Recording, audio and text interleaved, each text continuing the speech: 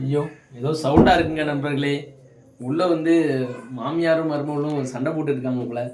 இத பத்தி தான் இன்னைக்கு ஆய்வு பண்ண போறோம் நண்பர்களே.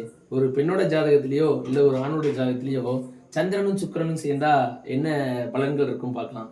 நம்ம உலகத்துல எவ்வளோ பெரிய போர், வார்கள்லாம் வந்திருக்கு. அதுக்கெல்லாம் எவ்வளோ ஒரு சொல்யூஷன் கொண்டு வந்துட்டாங்க.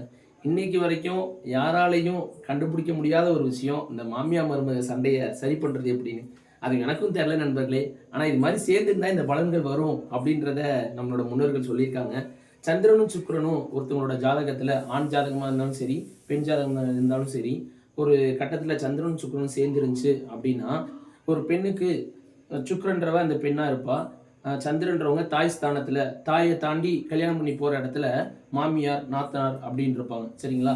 ஒரு பெண்ணோட ஜாதகத்துல சந்திரனும், சுக்கிரனும் சேர்ந்திருக்குன்னா, கண்டிப்பா மாமியாருக்கும், நாத்தனாருக்கும் இவங்களுக்கு இடையில ஒரு மிஸ் அண்டர்ஸ்டாண்டிங் கண்டிப்பா வரும். சரிங்களா? அத தெரிஞ்சுக்கிட்டோம் அப்படின்னா, அத பிரச்சனை நார்மலாவே மாமியார், மருமகளுக்கு சண்டை இடையில ஒரு மிஸ் அண்டர்ஸ்டாண்டிங் இருக்கும். ஒரு சின்ன கிளாஷ் இருக்க தான் செய்யும். ஸோ அதெல்லாம் நீங்க மைண்ட்ல வச்சுக்காதீங்க. என்ன இருந்தாலும் அவங்களும் ஒரு தாய் ஸ்தானத்துல உள்ளவங்க தான். உங்களோட ஒரு வயசுல அதிகமா உள்ளவங்க தான். சரிங்களா? ஸோ கண்டிப்பா இந்த சந்திரன், சுக்கிரன் சேர்ந்துருந்துச்சு அப்படின்னா, இந்த மாரி ஒரு சின்ன ஒரு முரண்பாடுகள் இருக்க தான் செய்யும். அதற்கு ஒரே ஒரு தீர்வு அப்படின்னா என்ன அப்படின்னா, அவங்க கூட கொஞ்சம் அண்டர்ஸ்டாண்டா இருக்கிறதுக்கும், அவங்க கூட சேர்ந்து பயணிக்கிறதுக்கும் கொஞ்சம் ட்ரை பண்ணுங்க. அவங்க கால்ல அடிக்கடி விழுந்து, இல்ல ஒரு நல்ல நாள், பெரிய நாள், உங்களுக்கு ஒரு பர்த்டே வருது, ஒரு கல்யாண நாள் வருது அப்படின்னா, அவங்கள்ட்ட கால்ல விழுந்து ஆசீர்வாதம் வாங்குங்க.